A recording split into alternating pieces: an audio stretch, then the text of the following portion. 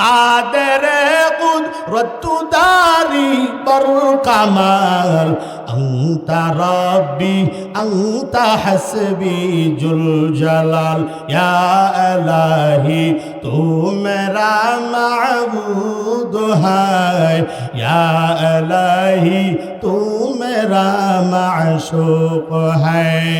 আল্লাহ বলেন যালিকাল কিতাব, এটা এমন একটা কিতাব যেই কিতাবের মধ্যে কোনো সন্দেহ নাই। এরে মুসলমান শোনো, আল্লাহ তাআলা ডাক দিয়া বলে শোন, আমি আল্লাহ মুসলমানদেরকে এমন একটা কিতাব দিয়েছি যেই কিতাবের মধ্যে কোনো সন্দেহ নাই। যালিকাল কিতাব, এটা দুনিয়ার কোনো কিতাব না, এটা হলো আমার আল্লাহর প্রেরিত, আল্লাহর পাঠানো কিতাব। কথা বলেন ঠিক কিনা? আল্লাহ তাআলা কোরআন পাঠাইয়া দুনিয়ার মানুষকে ডাক দিয়া বলে শোন, আমি আল্লাহর কিতাব যারা মানবা, আমি আল্লাহর কিতাব অনুযায়ী যারা চলবা, আমি আল্লাহর কোরআনের সংবিধান অনুযায়ী চলবা, আমি আল্লাহ ঘোষণা দিয়া দিলাম শোন, বান্দা মৃত্যু হতে দেরি হবে, আমি মাওলা তোরে জান্নাত দিতে বেশি দেরি করব না। আল্লাহ আল্লাহ কা মুবারক নাম হায়, আল্লাহ আল্লাহ আশিকু কা কাম হ্যায়। আমার মাওলা ডাক দিয়া বলে শোন, যালিকাল কিতাব, এটা এমন একটা কিতাব, দুনিয়ার মানুষের বানানো কোনো কিতাব না, এটা দুনিয়ার মানুষের লিখিত কোনো কিতাব না। কোরআন যদি প্রশ্ন করো, হ্যাঁ কোরআন আমগো এলাকার মধ্যে আমগো বাড়ি আছে কই? আমগো বাড়ি কই? কই আমগো বাড়ি আমতলি বাজার, কই আমগো বাড়ি ফকির পাড়া, আমগো বাড়ি অমুক পাড়া। আবার যদি কোরআন প্রশ্ন করো, কোরআন তোমার কি বাড়ি আছে নাকি? কোরআন সুন্দর করে উত্তর দেয়, ডাক দিয়া বলে এই দুনিয়ার মানুষ শুনো, তোমার যেমন বাড়ি আছে আমি কোরআনের তেমন বাড়ি আছে, তবে আমি কোরআনের বাড়ি হলো বাল হুয়া কুরআনুম মাজিদুম ফি লাওহিম মাহফুজ। আল্লাহ বলেন আমি আল্লাহর কিতাবের, এই কিতাবের একটা বাড়ি আছে, তবে লাওহে মাহফুজে কোথায় বলেন? এই দুনিয়ার কিতাবরে যদি ধ্বংস করে দিতে চাও, যদি পোড়াইতে চাও পারবা না। দুনিয়ার কাগজের কিতাব যদি পোড়ায় দাও, পোড়ায় দিতে পারবা, তবে মাওলাই বলে শুন, আমি মাওলা আমার লাওহে মাহফুজের তক্তার মধ্যে আমি মাওলা 30 পারা কোরআন সংরক্ষণ করে রেখে দিয়েছি। ভাইয়েরা আমার, এই কিতাব যারা মানবে, কিতাবটা কার জন্য? আল্লাহ তাআলা ডাক দিয়া বলে শোন, এই কিতাব কার জন্য? যালিকাল কিতাবু লা রাইবা ফীহি হুদাল লিল মুত্তাকিন। আল্লাহ তাআলা ডাক দিয়া বলে এটা মুত্তাকিদের জন্য, হেদায়েত কার জন্য বলেন তো দেখি? এই কিতাবরা যারা মানবে, কিতাব অনুসরণ করে যারা চলবে, আমার মাওলাই বলে শুন, আমি মাওলা মুত্তাকিদের জন্য কোরআনটা হেদায়েত বানায় দিলাম। তবে মুত্তাকি যদি হইতে চাও 3টা গুণের দরকার হবে। চিল্লায় বলেন কয়টা? আরো জোরে বলেন কয়টা? আগে ভালো করে শুনে নেন, আমগো বাংলাদেশের লোক যতক্ষণ পর্যন্ত না জানছে পুরস্কার কি দিবে, ততক্ষণ পর্যন্ত কোনো কিছু শুনতে চায় না। আল্লাহ বলে শুনো, যারা মুত্তাকি হইবে তাদের জন্য 7টা পুরস্কার। কয়টা? আল্লাহ বলে শোন, 7টা পুরস্কার। এই দুনিয়াতে দিব 5টা, আখিরাতে দিব 2টা। আল্লাহ বলে আখিরাতে যেই 2টা পুরস্কার দিব, আল্লাহ বলেন তবে মুত্তাকি যদি হও, পরেজগার যদি হও, আল্লাহ ওয়ালা যদি হও, তবেই তোমাদেরকে 7টা পুরস্কার দান করব। আল্লাহ বলেন কি কি গুণ অর্জন করার দরকার, ভালো করে শোনো।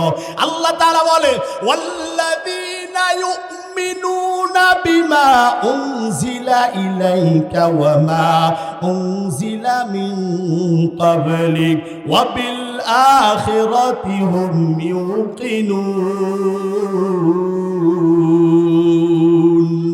আল্লাহ তাআলা বলে 3টা গুণ। চিল্লায় বলেন কয়টা? 3টা গুণ। 1 নম্বরে ওয়াল্লাযীনা ইউমিনুনা বিল গায়ব, গায়বের উপর ঈমান আনবে। কার উপরে? যারা মুত্তাকি হবে তারা আল্লাহর উপর ঈমান আনবে। 2 নম্বরে ওয়ায়ুকিমুনাস সালাতা, তারা নামাজ কায়েম করবে। কি করবে বলেন? নামাজ কায়েম করবে। কই নামাজ কায়েম তো করা আবার কি জিনিস? হুজুর আমগো তো নামাজ পড়ি 5 ওয়াক্ত, কিন্তু নামাজ তো কায়েম করার কথা শুনি নাই। আল্লাহ তাআলা কোরআনের বহু জায়গার মধ্যে নামাজের কথা বলেছেন। আল্লাহ যে জায়গায় নামাজের কথা বলেছেন, বাংলা কোরআনটা খুলিয়া খুলিয়া দেখবেন আমার মওলা সুন্দর করে ডাক দিয়া বলেছেন ওয়াকিমুস সালাতা ওয়া আতুজ যাকাত। আল্লাহ কোন জায়গায় বলে নাই যে তোমরা নামাজ পড়ো, আল্লাহ সর্বদাই সব জায়গায় বলেছে তোমরা নামাজ কায়েম করো। আল্লাহ কেন বলেন নাই বান্দা তুই নামাজ পড়, তবে কেন বললেন নামাজ কায়েম কর? মাওলায় বলে শুন, নবী করিম সাল্লাল্লাহু আলাইহি ওয়াসাল্লাম বলেন শুন, বান্দা নামাজ কায়েম করার অর্থ হলো নিজে নামাজ পড়বা, অপরকে নামাজের দাওয়াত দিবা। মায়ার নবী আমার বলে শোন, নিজে কোরআন পড়বি, বান্দা অপরকে কোরআনের মাদ্রাসায় নিয়ে আসার জন্য দাওয়াত দিবি, নিজের সন্তানটারে কোরআনের মাদ্রাসায় দিবি, আবার অন্যের সন্তানটারে মাদ্রাসায় নিয়ে যাওয়ার জন্য অনুরোধ করবি।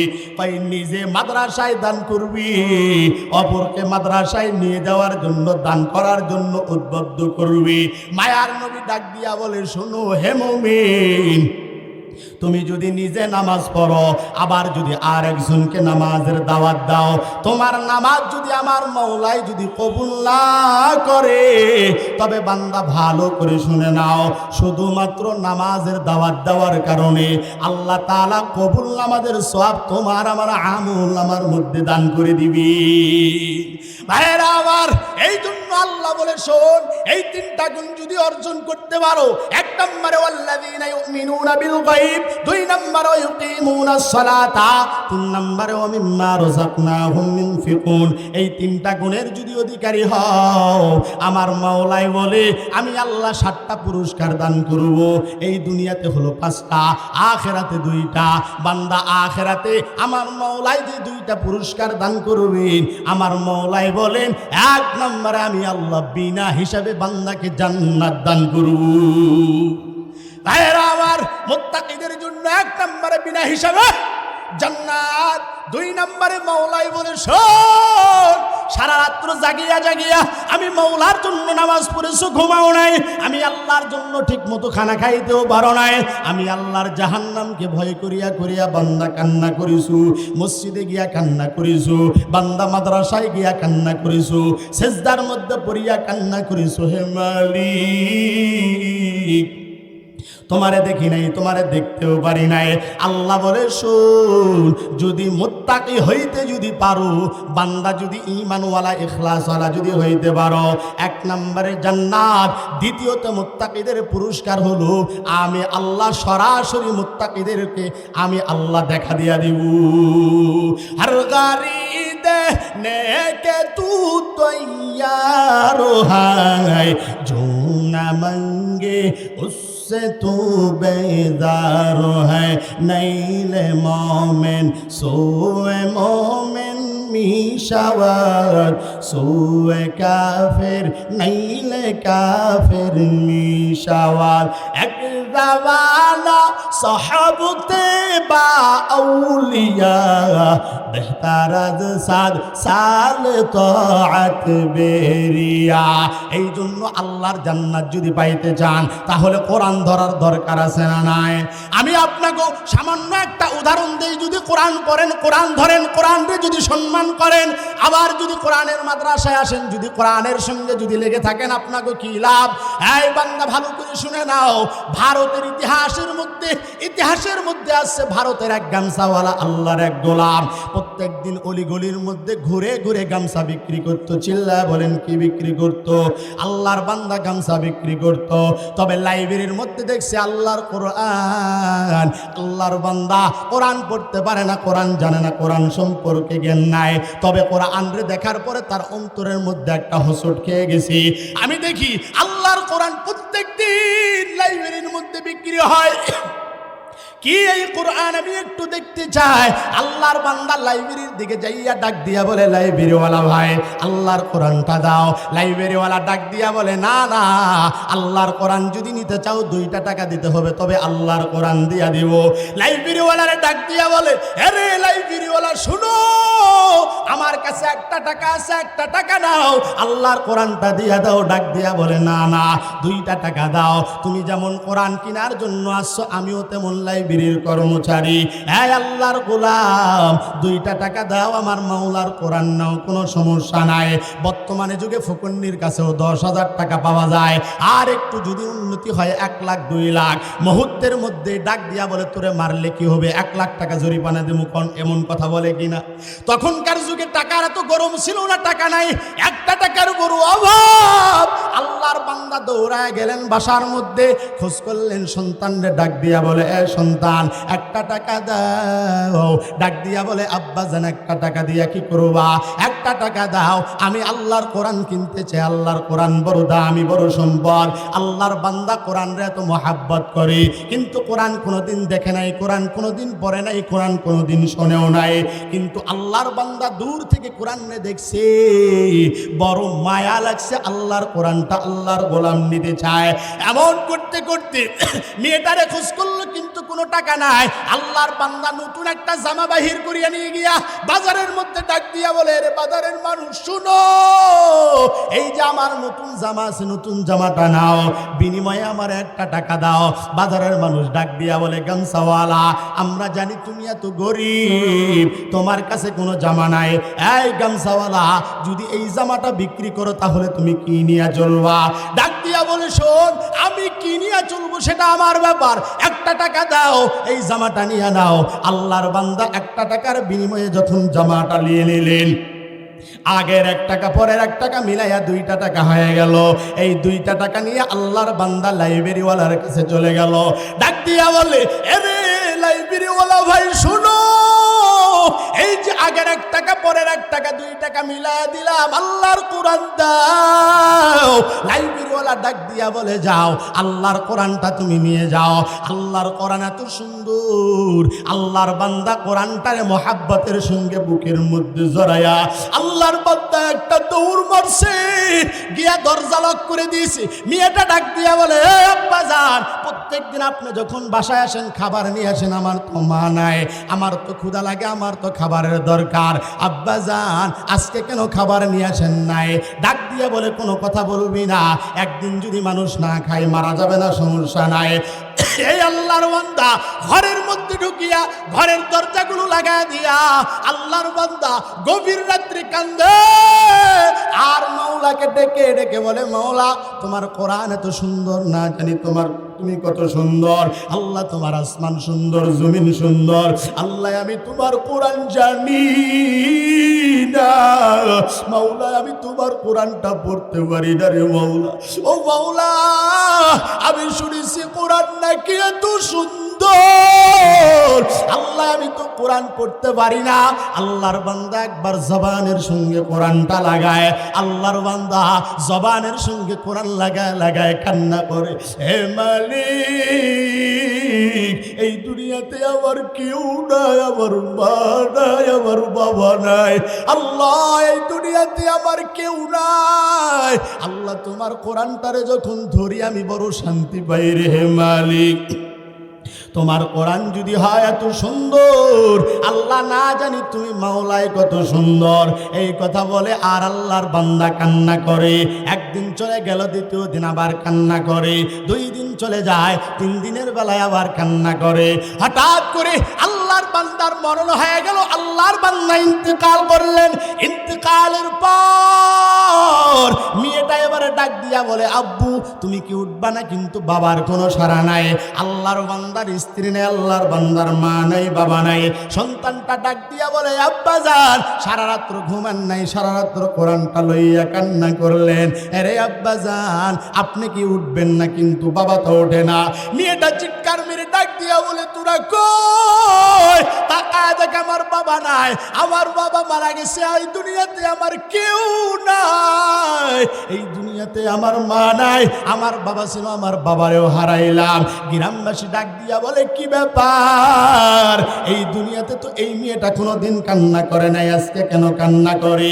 সবাই মিলে যখন আসলেন তাকায় দেখে তার বাবা দুনিয়াতে নাই। মেয়েটারে ডাক দিয়া বলে মা কান্না করবা না। ডাক দিয়া বলে রে গ্রামের মানুষ, তোমরা আমারে কান্না করতে নিষেধ করো, এই দুনিয়াতে তো আমার কেউ নাই। ওরে আমার মা ছিল, আমার মা নাই, আমার বাবা ছিল, আমার বাবা নাই, দুনিয়া থেকে সবাই বিদায় নিয়ে চলে গেল, আমি এখন কারে বাবা বলে ডাকবো? গ্রামের লোকজন ডাক দিয়া বলে শোন, ওরে তুই আমরাই তো তোর বাবা, আমরাই তোর মা, সমস্যা নাই, আমরাই তোর দেখাশোনা করবো। ডাক দিয়া বলে যাও, তাহলে এখন কি করতে হবে? কয় তোর বাবারে দাফন করতে হবে।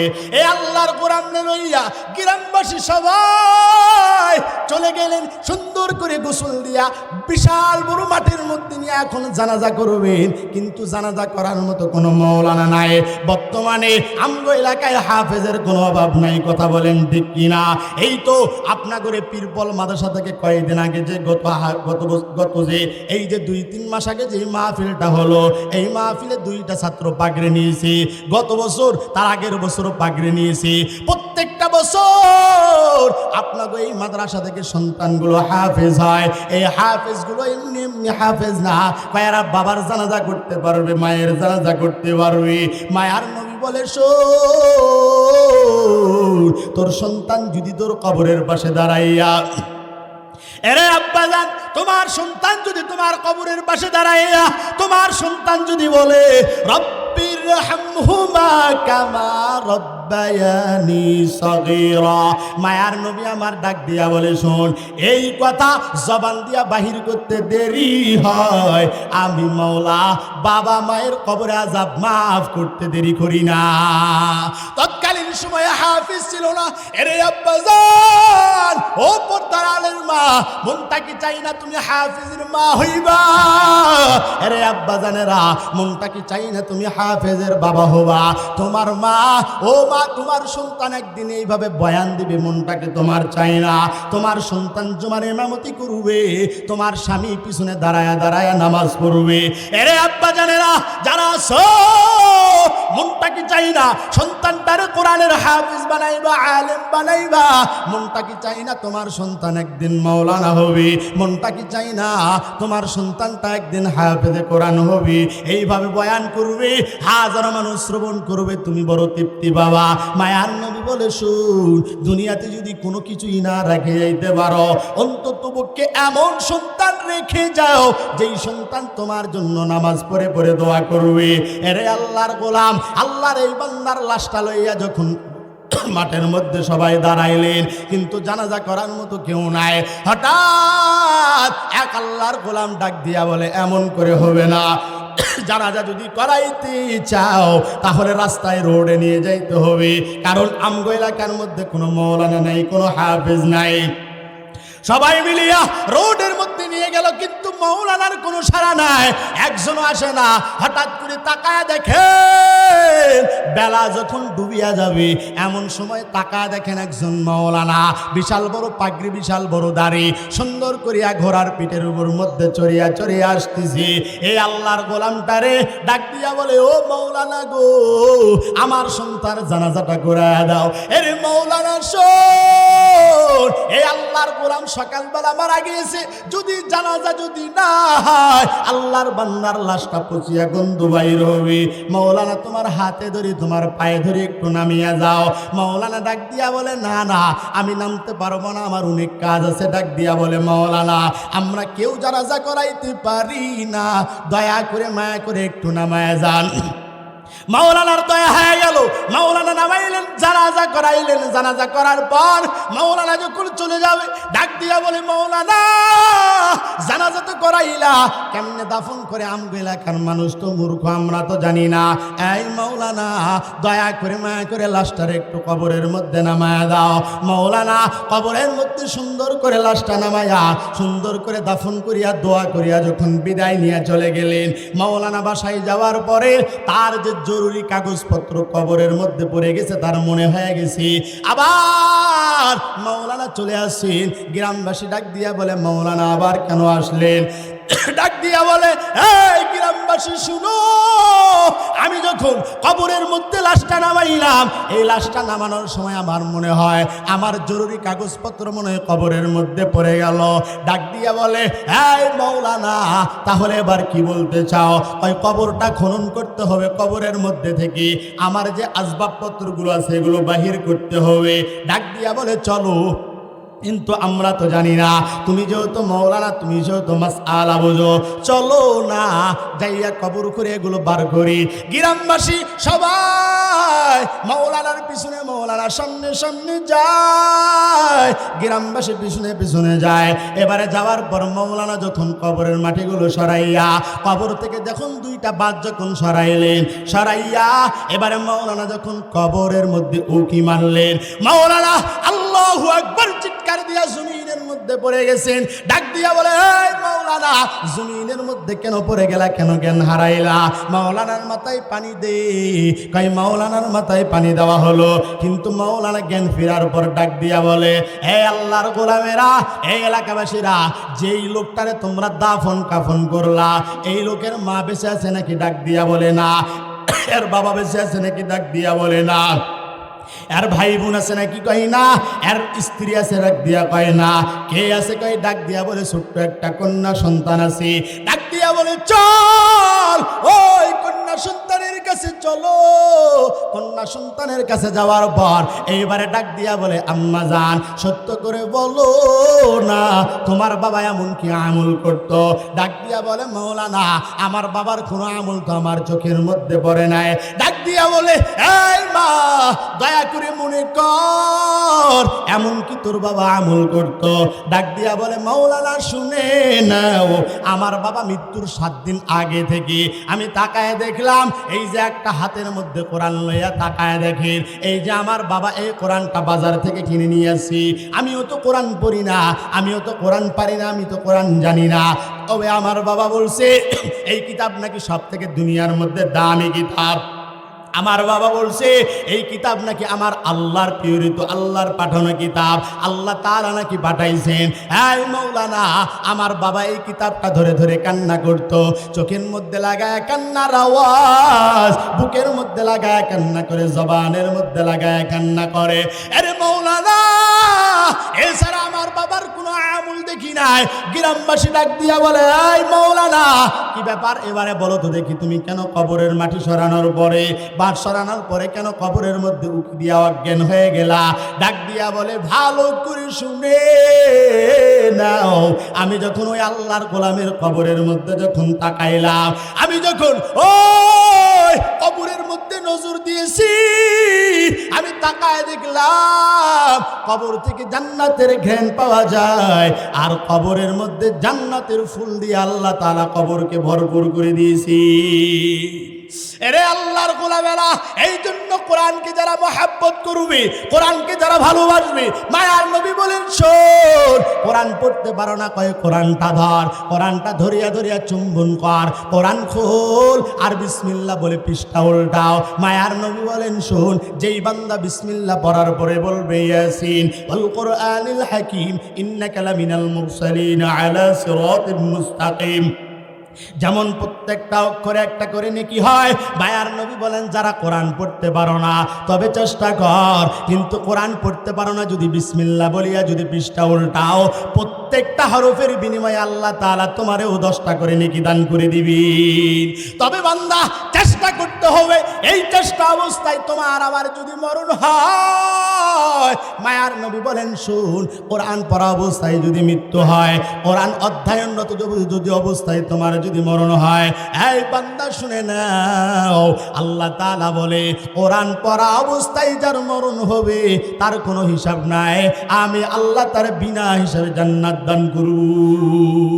তাহলে ভাইয়েরা আমার, কোরআন পাঠাইলেন আল্লাহ কার জন্য বলেন তো দেখি? কথা বলেন না। কোরআন পাঠাইলেন আমগো জন্য। আল্লাহ বলেন কোরআন কেন পাঠাইলাম? ডাক দিয়া বলে শুন, কোরআন পড়ে পড়ে কোরআন পড়ে পড়ে পথ চলবি।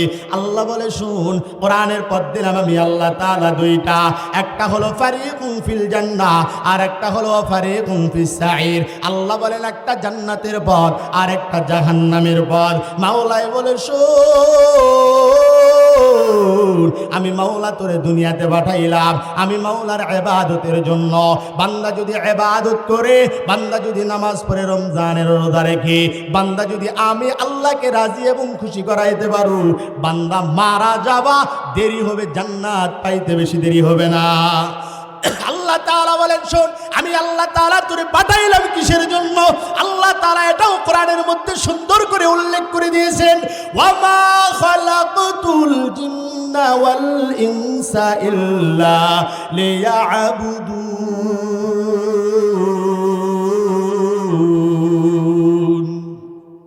আল্লাহ তাআলা ডাক দিয়া বলে ভালো করে শুনে নাও, আমি আল্লাহ পাক রব্বুল আলামিন যে তোমাদেরকে পাঠাইলাম কি করার জন্য?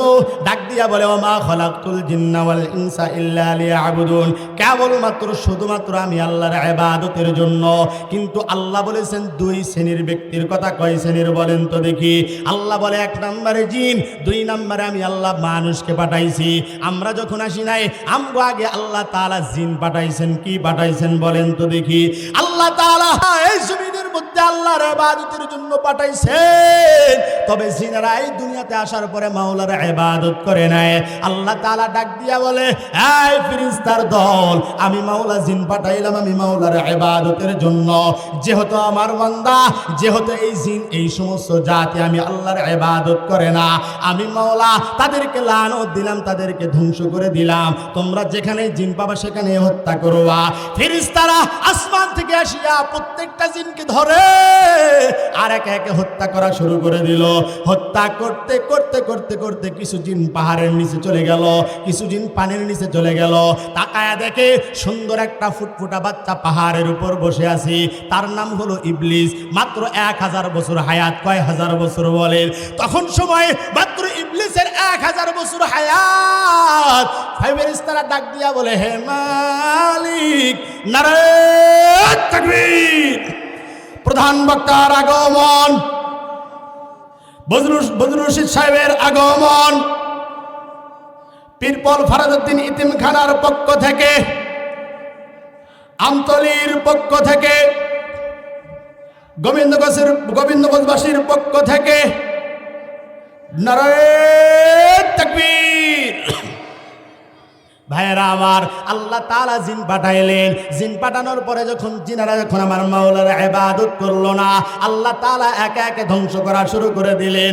অবশেষে শয়তানরে ফেরেশতারা পছন্দ করলেন। শয়তানরে যখন, এমন কোন পৃথিবীর এমন কোন জায়গা নাই যেই জায়গার মধ্যে শয়তান সিজদা করে নাই। আমার মাওলার দরবারে ইবাদত করতে করতে আমার মাওলার দরবারে তো প্রিয় হয়ে গেছে। আল্লাহ তাআলা শয়তানরে ফেরেশতাদের লিডার বানায় দিলেন। আল্লাহ আদম নবীরে বানার পরে ফেরেশতাদেরকে হুকুম করলেন, এই ফেরেশতার দল, তোমরা আদমরে সিজদা করো। সবাই সিজদা করলো, কিন্তু শয়তান সিজদা করে না। আল্লাহ বলে, কি ব্যাপার ইবলিস, সিজদা কর। ডাক দিয়া বলে, না না সিজদা করব না। আবার বলেন সিজদা কর। ডাক দিয়া বলে, না সিজদা করব না। আল্লাহ বলে সিজদা কর। ডাক দিয়া বলে, না হে মালিক, সিজদা করতে পারবো না। আল্লাহ বলে, সিজদা যদি না করো আমি মাওলা তোমারে ধ্বংস করে দেব। আল্লাহ তাআলা লানত দিয়া ধ্বংস করে দিলেন। শয়তান ডাক দিয়া বলে, এই মাওলা, আমি তো আর জান্নাত পাবো না, যেহেতু মাওলা তুমি আমারে জাহান্নামে দিবা। আমি এতদিন সিজদা দিলাম, এতদিন রুকু দিলাম, আল্লাহ তাতে আমার কি লাভ? কয় কি চাও বলো? আল্লাহ এক নম্বরে কিয়ামত পর্যন্ত হায়াত দাও। মাওলাই বলে, যা কবুল হয়ে গেল। দ্বিতীয় নম্বরে কি চাও? ডাক দিয়া বলে, মাওলা আদম সন্তানের শিরায় শিরায় পৌঁছানোর মতো ক্ষমতা দাও। আল্লাহ বলে, যাও, এটাও দিলাম। আবার আমার মাওলারা ডাক দিয়া বলে, হে মালিক, আমার এমন ক্ষমতা দাও তোমার বান্দা বান্দিরে যেন অসওয়াসা দিয়া দিয়া আমি যেন জাহান্নামে নিয়ে যাইতে পারে। আমার মাওলাই বলে, শোন হে শয়তান, আমি আল্লাহ তাআলা তোরে এই ক্ষমতাও দিলাম, কিন্তু ভালো করে শুনে নাও, আমার বান্দা বান্দি যদি তোর যদি শয়তানের ওয়াসওয়াসায় পড়ে যদি গুনাহ করে, যতই গুনাহ করুক না কেন, যতই গুনাহ করাও না কেন, আমার বান্দা বান্দি যদি বুঝতে পারে আমি মালিকের দরবারে গুনাহ করেছি, আমি আল্লাহর দরবারে যদি ক্ষমা চাই, আমি মাওলার দরবারে চাইতে দেরি হবে, আমি মাওলা মাফ করতে দেরি করব না। ভাইয়েরা আমার, এই জন্য শয়তান সেজদা দেয় নাই তো ধ্বংস হয়ে গেছে। আমরা যদি সেজদা না দেই আমরাও ধ্বংস হয়ে যাব। কথা বলেন ঠিক কিনা? এই জন্য আমরা কোরআন মানবো, কোরআন ধরবো, কোরআনকে অনুসরণ করবো। রাশি আসি না নাই? কোরআন ধরবো, কোরআন পড়বো, কোরআনের অনুকরণ করবো। কোরআনের মাদ্রাসার দিকে তাকাবেন, কোরআনের মাদ্রাসায় খেদমত করার জন্য রেডি হয়ে যাবেন। সন্তানগুলোর মাথায় হাত দিবেন এবং বেশি বেশি দান করবেন, সদকা দিবেন, নিজে দান করবেন, অপরকে দান করার জন্য উদ্বুদ্ধ করবেন। হয়তোবা এর উসিলায় আল্লাহ তাআলা আপনার জিন্দেগীর সব গুনাহগুলো মাফ করে দিতে পারে। কথা বলেন ঠিক কিনা? আল্লাহ পাক রব্বুল আলামিন আমাদের সকলকে কবুল করুক। সকলে বলি আল্লাহুম্মা আমিন। ওয়া আখির দাওয়ানা আলহামদুলিল্লাহি রাব্বিল আলামিন। আসসালামু আলাইকুম ওয়া রাহমাতুল্লাহি ওয়া বারাকাতুহু। সম্মানিত